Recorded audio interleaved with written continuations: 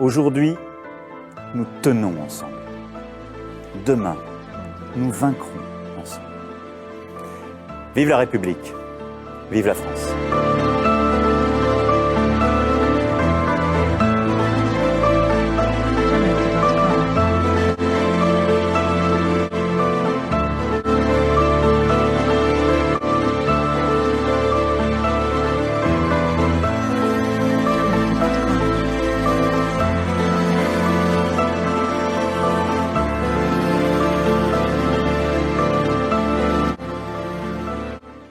Voilà, on est en train de s'installer pendant ce temps. Alexandre Zapolski, bonjour.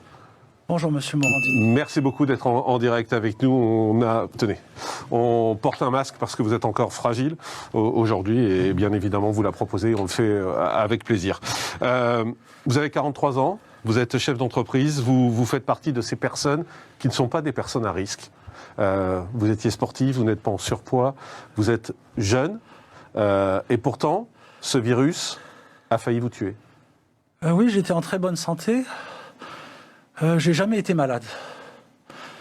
Et j'avais même pas de médecin traitant.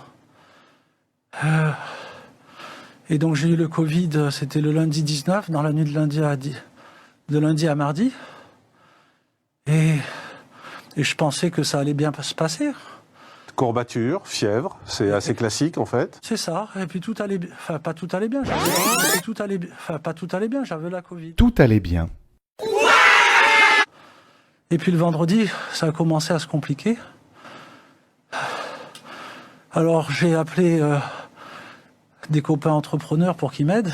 Et il y a mon copain Bruno Bouygues qui m'a mis en relation avec le professeur Carmon. Bonjour, je suis Bruno Bouygues, je suis le patron d'un groupe industriel qui s'appelle GIS. On est basé à Laval, en Mayenne.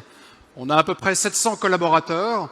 Et cette année, le chiffre d'affaires du groupe devrait être de 100 millions d'euros. Moi, qui tu fréquentes, et je te dirai qui tu es.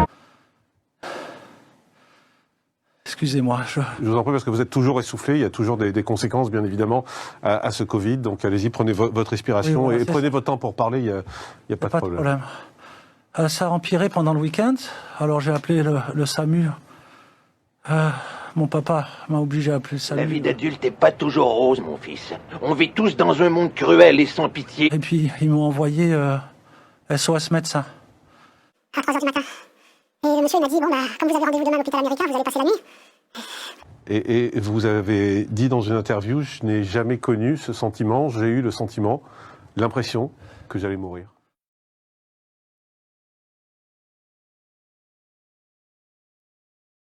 Oui, parce que quand vous vous retrouvez dans votre chambre d'hôpital et que vous n'arrivez plus à respirer, j'étais sous oxygène en permanence. Ne font pas l'émotion. C'est pas parce que tu sais pleurer sur commande que tu seras une bonne actrice ou un bon acteur. Excusez-moi. Ça va aller.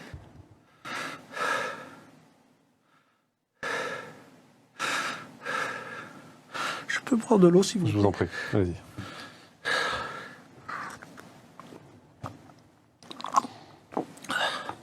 C'est de l'émotion. Faut reconnaître. C'est du brutal. Et puis ce que vous racontez est fort en même temps, donc je pense que même sans séquelles, c'est des choses fortes. Alors j'ai pensé, parce que je voulais pas...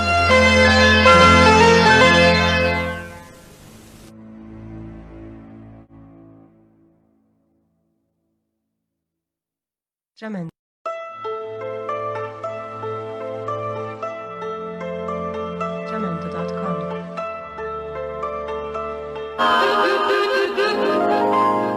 Je vais bientôt quitter ma chambre d'hôpital.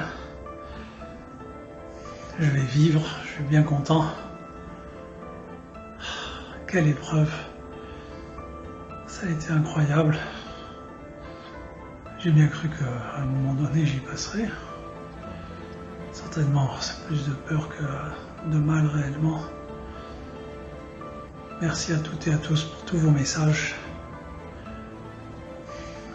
Alors j'étais tellement heureux d'avoir survécu que j'ai fait cette petite vidéo que j'ai publiée sur mon compte Twitter. Et alors cette vidéo, elle est devenue virale.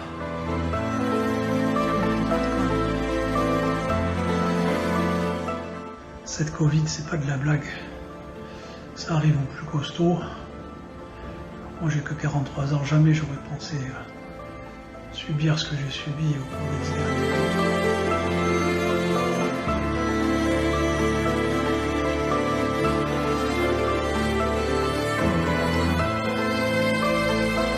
C'est à la télévision, on peut pas dire la vérité, il y a trop de monde qui regarde.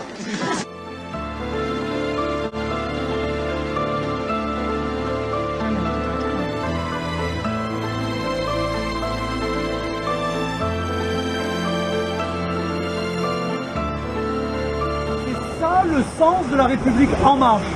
C'est ça le projet que je veux porter pour la 3e. Alors dimanche, mes amis, je compte sur vous. Vive la France, vive la République en marche. J'arrive premier à l'occasion du premier tour de ces législatives dans la 3e circonscription du Var.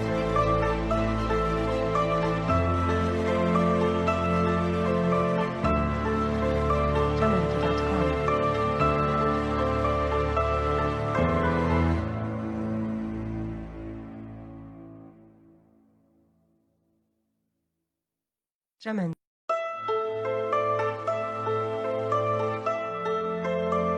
Jamendo.com.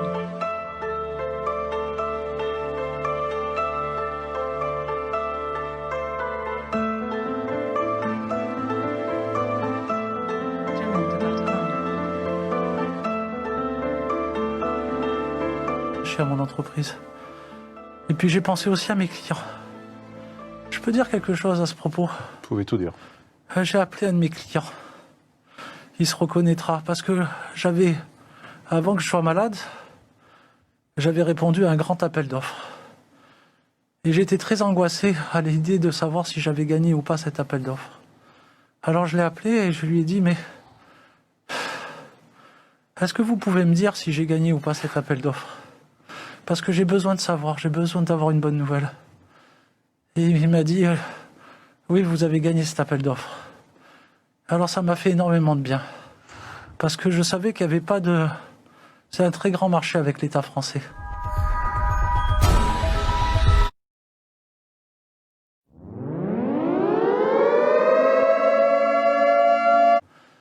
Et il m'a dit, oui, vous avez gagné cet appel d'offres.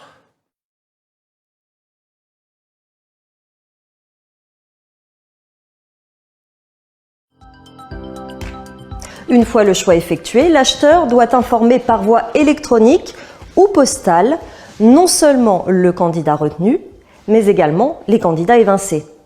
Ces derniers peuvent demander les raisons de leur évincement. C'est une fois ces formalités accomplies que l'acheteur peut conclure le marché et en notifier le titulaire, qui est le dernier à connaître la décision.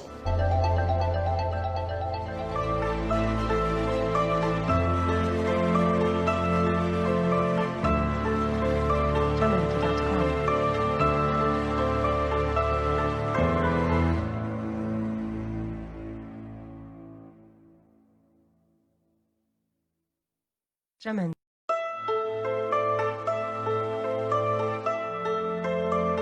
Jamendo.com.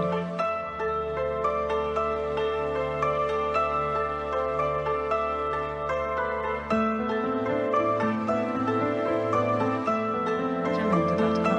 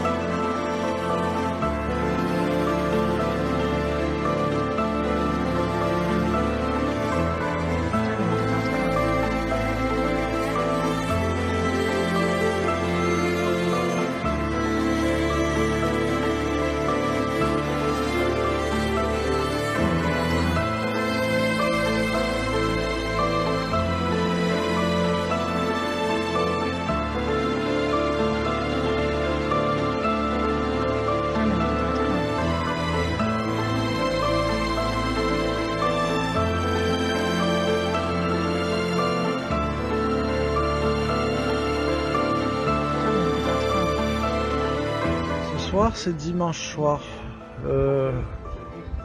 The 7 or the 8 of November, love? Le 8 novembre.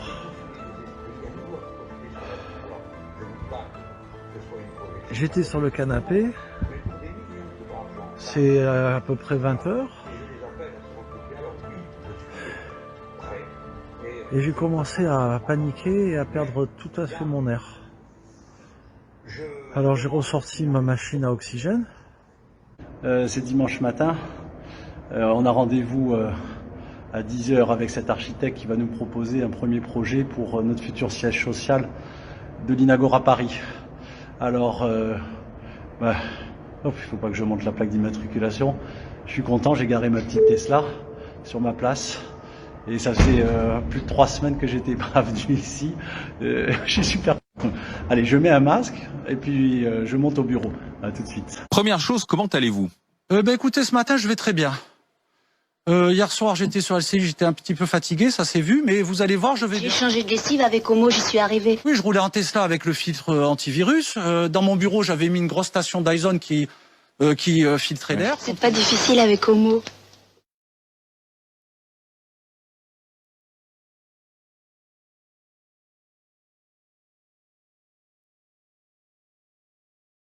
Mon copain Bruno Bouygues, qui m'a mis en relation avec le professeur Carmois à l'hôpital américain. Alors mon pote Bruno Bouygues, il m'a dit, t'as qu'à aller à l'hôpital américain, et tu appelles Monsieur Léger. Et c'est Monsieur Léger, c'est lui qui gère tous les admissions Covid. Moi, j'ai de la chance parce que j'ai eu qu'une forme sévère, pas une forme grave. Une forme grave de la maladie qui était en train de s'installer. C'est le témoignage de ce soir, Pierre Véraud, Vassil Akami. Ah, ça fait tout bien. À 43 ans, il réapprend à rester. Il s'est filmé sur son lit quelques heures avant de rentrer chez lui. Vous me faites rire.